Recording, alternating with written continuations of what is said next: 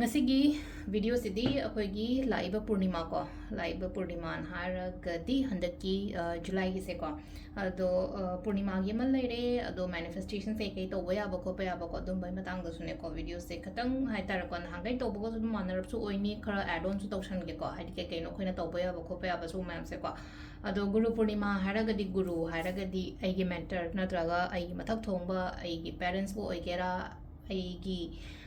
aibu taiba takpiriba tambiriba oiro aigi boss bu oire na khalase ko hadi moida sum keno gumba tobiyo ko hadi gratitude haigadra kai haigada ke thank you makta haraga so samna makta da haitar ko sida opina ozada hadi teachers day matam da hadi ozada khoiramba natraga happy teachers day du haibagum haiba dawna chamana hadi letter gi form da igeran traga message macham tang igera ko aibu guide tawriba mi du da haitar ko happy Guru Purnima khatang bo harasu ko ngasai oza sinjida adumaina gumba ma tawbibe ko adong sai gi bak moon aina hai ko khoina manifestations ki matang da mula aga di ko keno gi se ko haidi full moon kai ka ki bak moon se kai kari khwai da gi akhoina tawba ya se kai keno ha bu so haizirak ke ko aduga amana peshanu sha kai gi matang da manifesto ba hasne ko pesha gi matang da manifesto ba ji cham na ko cham na ha se akoina keno ha ne khoi ahan bada chi ma lo se ko smaina white paper makha ta badum loina atai loin tor se ko dong sai gi Purnima gi oina akoina tawba ya ba se kaino hai kan se da hogot pa se ko hogot pa se akoina yaragadi kaino gumba ha ta brahmoradan ha ko pung mari ga minute kuntra ko mari ga minute kuntra mari en haras ne ko mari makhai da gi na pung manga ga minute tranga phawai mamang da hogot piyo ko haidi adu sigi nume che ko aduga iru jaba khot pa ma malai no ganga jal gumba kai gumba hapiyo ganga jal akoi gi store da phangani la ga dum lobiyo ganga jal di yon de ko khoina sum akoi site gi dum chahi adum watana dum thamme ko khoina adu kitang no sai ganga mayam ma batin ma lu doina te ba bottle du da gi kitang makhum ama ni dang hapi raga mai tawra ko adu dum leire ko ganga jal hapa ga iru gumba lu thope ba ko hangchit oi bani video se theng bodi thenge ta so hayeng adum chatla ko laga lobi ba su yai ko adumaina tawraga haida chilena ko aduga akoina tawba ya base kai kai no haida nga sai ga haidi gratitude ama ai gi parents ai gi mathak thongba ai gi oza guru kari kra aduma lena ko fasting ngammaga di fasting to bio ko fasting means vrata gumba kai gumba to biba ngamdre haina khallaga so ama khal non veg gumba kai gumba de khatang avoid to biro ko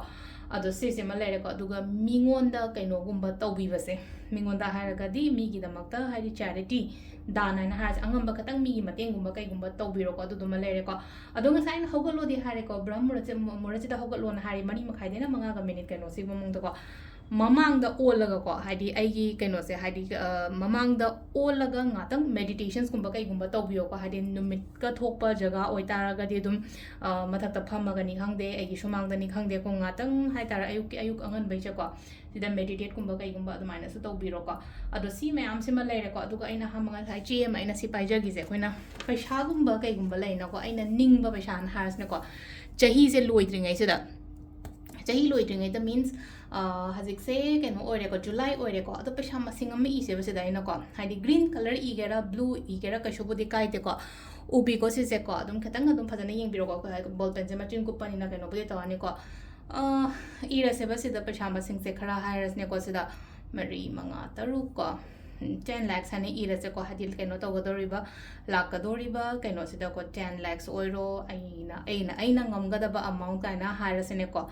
amabu oiro ko ama haira di 1 cr bu oiro 10 lakhs bu oiro 5 lakhs bu oiro 50 lakhs bu oiro ko hadi mi keno du gi matung ina du mai lere ko se lere ko hadi du mai taroga da ming ane ira se ba ming se ka mai ne I ga doi no hai kan se da ko ai gi ming ira ni bas khwai first da ko ai maming se samna ha ba da ai maming se ira se ko se da ko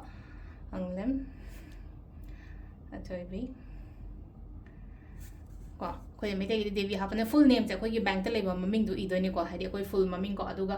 ngasai gi kaino se na kan se da nang ne na ko ai gi parents ki en har se ai gi parents ki na har ga di ima gi hadi ai pokpa khoi gi ngasai gi fathers ki kaino do na ta ko hadi kaino se da ko mother maiden name and haira se base da hadi khoi gi kaino soibum oire ko ta ko mai ma pam gi na ko soibum aduga ai gi parents ki maming do idoni ima gi maming se idoni base da ko simbal leire ko hadi ima maming ibiro ko aduga aina hozik laiba address ko present address se iyo sida ko chi ma dum idoni ko sigi ma'am che ko present address ta ko present address se iobase present address ta khoi gi mail kari kra lakpa ma leina ko hari courier lakpa khopa ma bank ki che gumba lakpa se ai gi present address se loina lak to ni na ko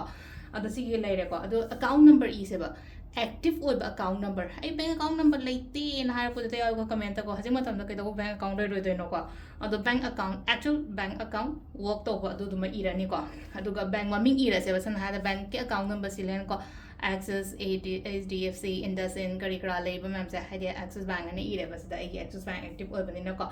Midastar and a CE, the Savas the Midastar say Hapetung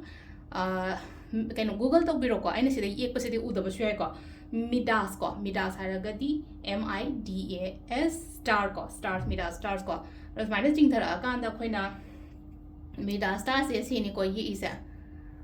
aina yek pan ha zara ta khre ko se sum regular oin sum yek pan do haide keno tar ko song sai point pi daga yek pan ba ko haide mita start se ye se ba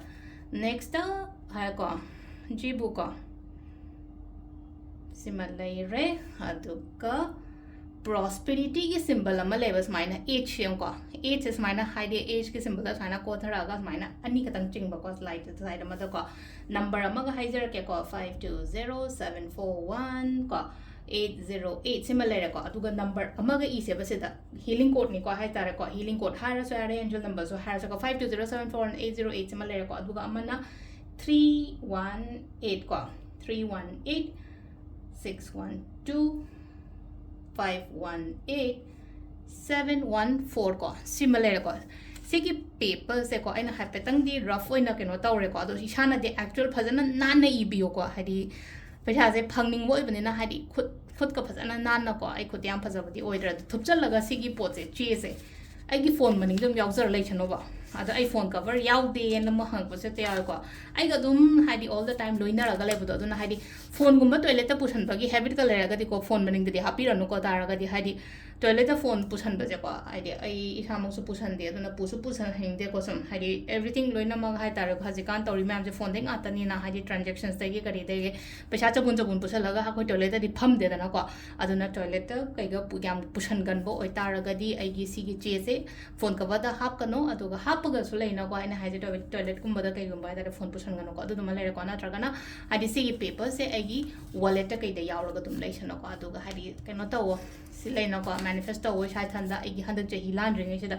सिगी actual amount एने ई से हादी फंगबसु ओइबसु ओइसनो को ma'am सिमा लेरे को सिमा तोबियो को paper गी कनो से को फोन मनिंग दा हापना बा अदु बक मुन एने nga हाइजे को बक मुन से कइनो हाय कान से को रिलीजिंग पार्ट अमा हारसिन बस को बक मुन से अखोइना तौदोइ से रिलीज को meditate तौर रिलीज तो हनगेरा इरगा रिलीज तो हनगेरा अमा तौगे अदमाइ तौबिरो को रिलीजिंग एंड हाइडी रिलीजिंग पास को रिलीजिंग नुआइ तब को त मैम लोइ चलहनग्रो हाइडी मिंग इन एंगोंदा ग हर्ट तौर पको पसुगुम मैम च लेनो को एवरीथिंग एना लोइना ngak pire ko pire हाइबगी अदमाइ तौर को रिलीज तो हनग्रागा दि चलहनग्रागा दि अफबा लापै जगह अमा पीदना खैना अदो नु हाइ फतबा नुआइ तब को त मैम च लोइना म एवरीथिंग लोइन रिलीज तो मेडिटेट तो मतम दा हाइदर से लेनो को एना नंगबु ngak pire इबाइनी मरक्ता प्रॉब्लम्स केम त लेट्रे खोट्रे हाबना चिंबा नत्रगना हाइडी ngसाइगी आइगी नुआइता पारन दो ब्लैक पेन अमा लौरगा पेपर अमा लौरगा लोइना इथोपिबा अदो दुमा लेरे को अदो ngसाइगी ना हाइजगे ना हाइडी ओजा गुरु गुंबदा गुरु पूर्णिमा ओबनिना ओजा गुरु गुंबदा अंगम खरा हाइड को चाना बोय तासु पिबियोबा हाइ लाई खंगदे को अमानी खंगदे दुमाइन तौरो को अदु मा लेरे अदु खतंग हाइडी स्पिरिचुअल बुक्स कुंबा हाइजारे सिलेंगो स्पिरिचुअल बुक्स एना हारगती अखोगी